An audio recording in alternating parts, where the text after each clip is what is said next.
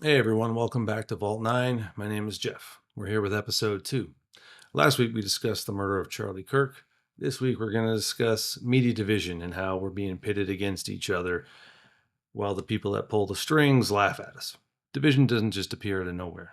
It's been manufactured by politicians and the media and used against us to kind of pull strings on how we behave.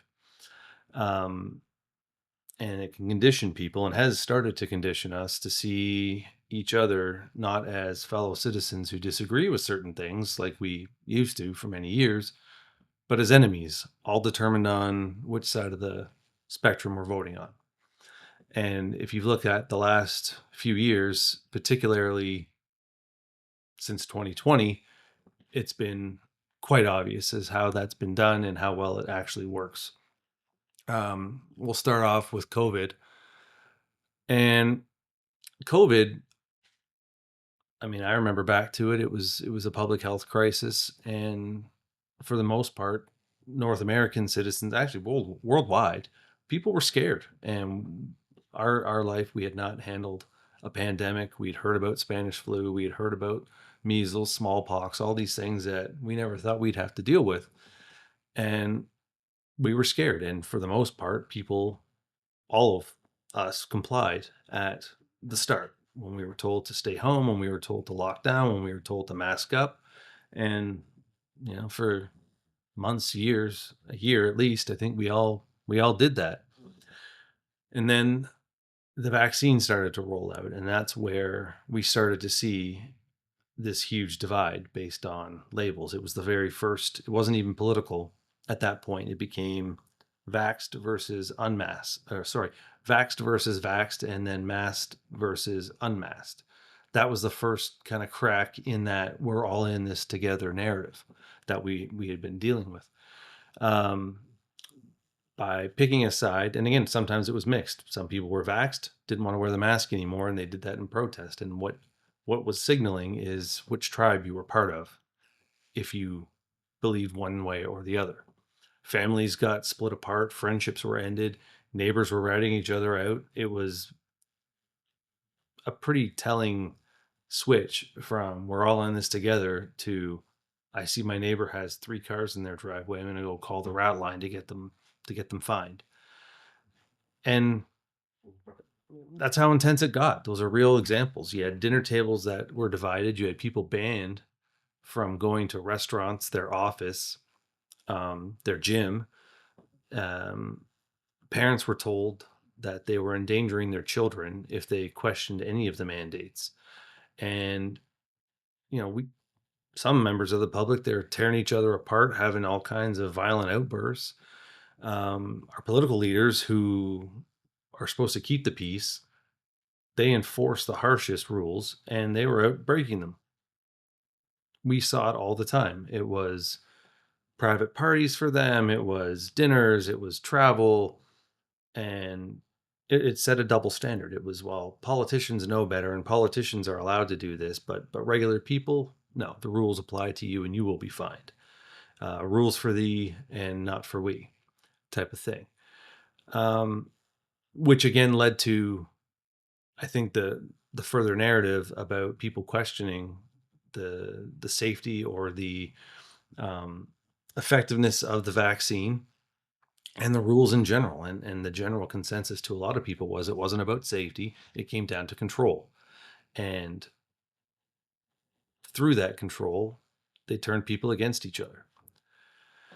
And then also, we already had ourselves all pretty hot and ready from COVID. We then got an even bigger divide. We had the riots sparked by George Floyd's death. Excuse me. After George Floyd's death, protests began with genuine calls for justice.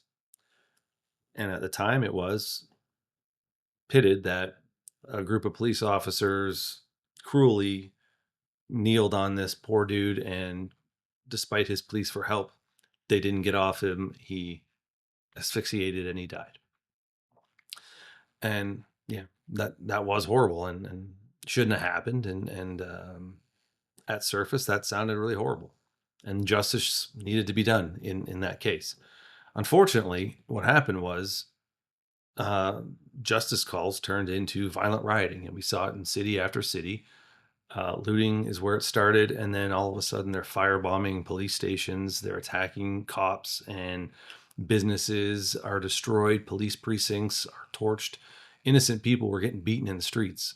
And this all did happen.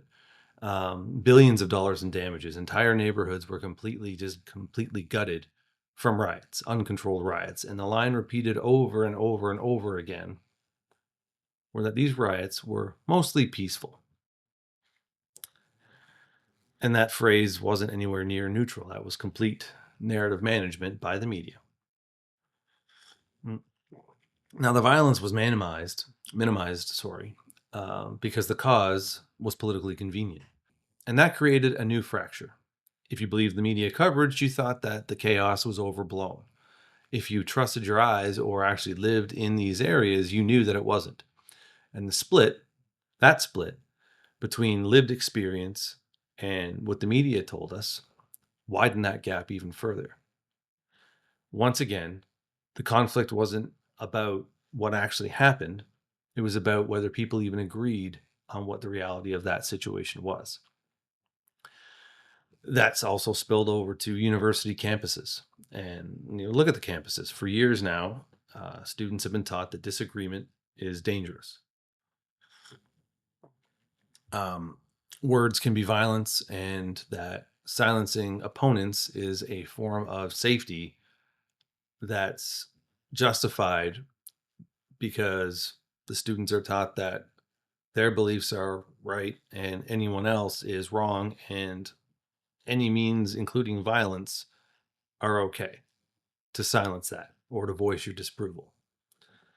And that's conditioning. It's a culture teaching the next generation that debate itself is no longer possible. Differences of opinion is no longer tolerated, and that opponents aren't just wrong, they're threats and can be dealt with. And that's when you start training people to think that way, and that division isn't a bug. It becomes the default reaction to a difference of opinion. Each of these moments, COVID, the riots, the campus conditioning, they all followed the same pattern. You take a normal issue or a normal tension, you pour gasoline on it, and then you tell the public it's their neighbor's fault. Step by step, conflict became a way of life. So by the time Charlie Kirk was murdered, the ground was already laid. His death didn't create the division, it landed right on top of it. And that's why it spread as fast and like wildfire the way it did. Now, Kirk's murder wasn't just an act of violence, in my opinion. It was kind of like a flashpoint, and the real story wasn't only what happened; it was how the system quickly absorbed it and turned it into fuel to throw on the fire. The media had a choice. The media could have treated it as a political assassination that should unite everyone in condemning violence, political violence, violence in general. Instead, they snapped back to the exact same script. Conservatives are dangerous. Even in the middle of a murder, their framing didn't shift. And that is where we started to see journalism ending and narrative discipline taking precedent over that. Social media platforms, the algorithms did exactly what they're built to do, and that's just cause chaos and amplify all the outrage. We saw the ugliest takes, the jokes, the celebrations, the mockery. They all rose to the top and they got shared and amplified everywhere. Not because they represented what most people were thinking, because I don't believe that that is the case. There are the alt left and crazies that did think that way, but that wasn't anywhere close to what the majority of people thought. Yet that content was pushed ahead of anything else. Anger spreads faster than reason, and that's what happened. It was almost like pack mentality, where everybody just went nuts at each other, and you were all of a sudden either condemning openly Charlie Kirk's death, or you were celebrating it. There was no in between. And we saw the intolerance on both sides of that as well. Outrage is rewarded, so it becomes the dominant voice. Millions see it, and it hardens the hostility even further. And then that narrative replaces the truth. Academia and politics is unsurprisingly also active in this, and what they did here, they jumped in, and instead of reflection or calls for condemnation or even just to condemn the act itself, Kirk's murder was folded into talking points about extremism and radicalization, and the focus shifted from the murder itself to how it could be somehow turned around as proof that conservatives are the problem. And that's been the playbook. Take a tragedy, twist it into the narrative, and then use it to justify more control.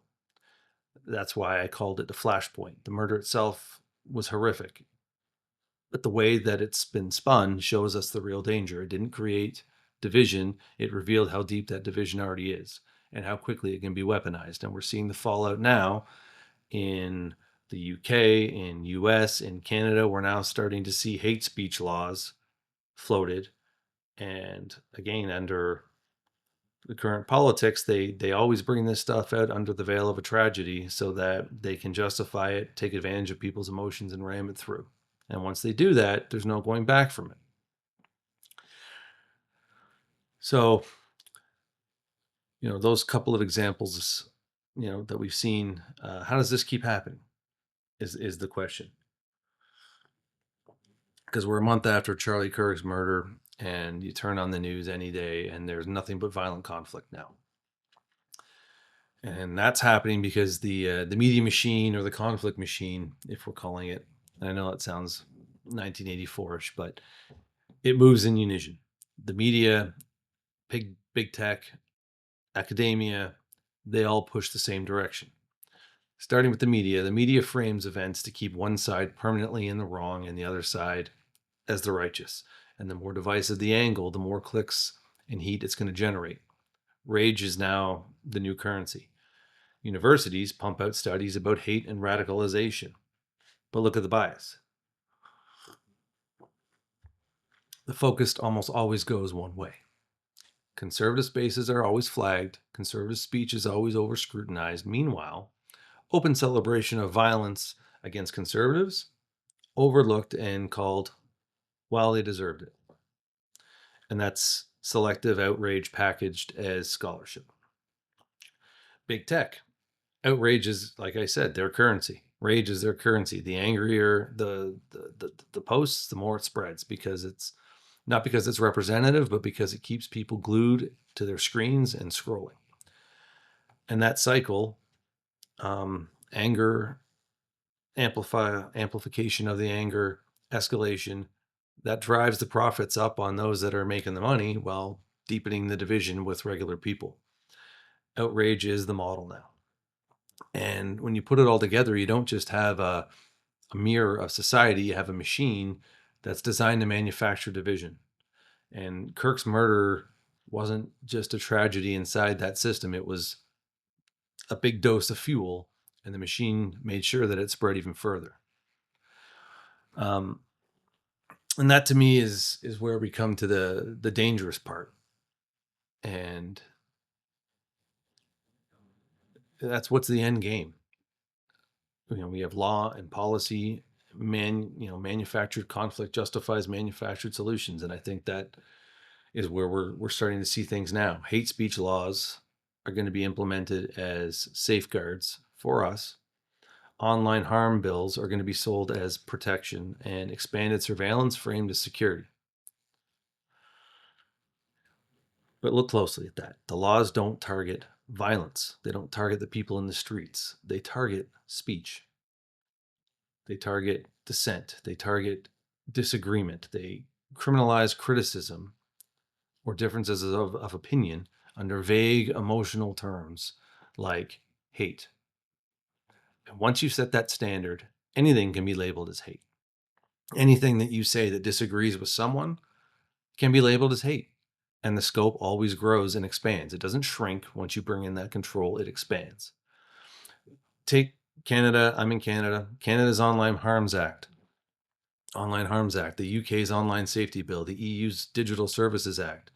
We're looking at digital IDs coming in, all framed as protections, but the real effect is shielding institutions from scrutiny. Free expression doesn't vanish overnight, it erodes, little by little, until people forget that it ever existed in the first place. Um, my take on this one.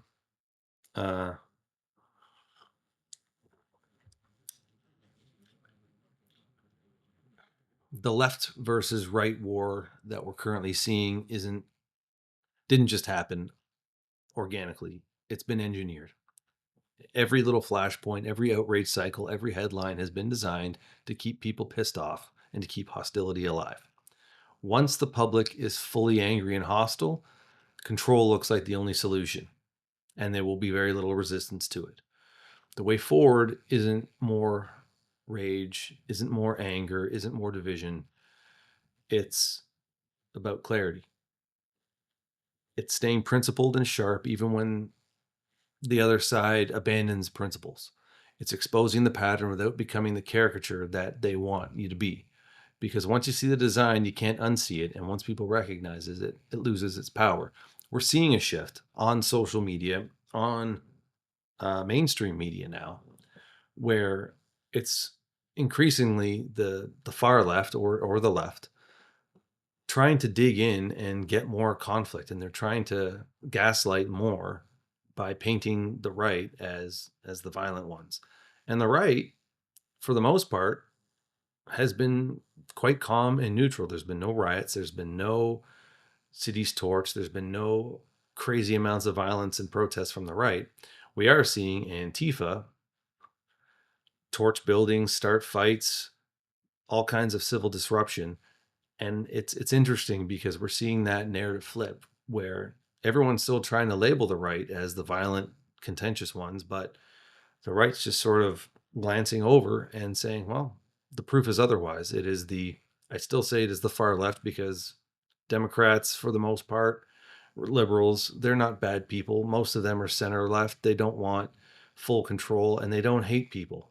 It's the extremes in both that are fueling the biggest division. And I think everybody who is in the center right, center left is caught in between all of that noise. And rather than find out where the voice of reason lives in middle ground, we just keep popping up the extremes. Again, this was a quick one, but it was an important one that needed to be said, and it's part of the series, and it's something that I'll continue to talk about. And again, I'll say this channel isn't about manufacturing more rage. It's about clarity. If you want sharp, honest analysis without the noise, stick around and keep coming back. And if there's anything you guys want to talk about, leave a note in the comments. I'd love to hear it. In the next episode, we're going to look at how governments are already moving to use this new rage climate to push the hate speech laws even further. And we're going to show why those laws were never about safety and are simply about silencing dissent. Thanks for the watch. Take care.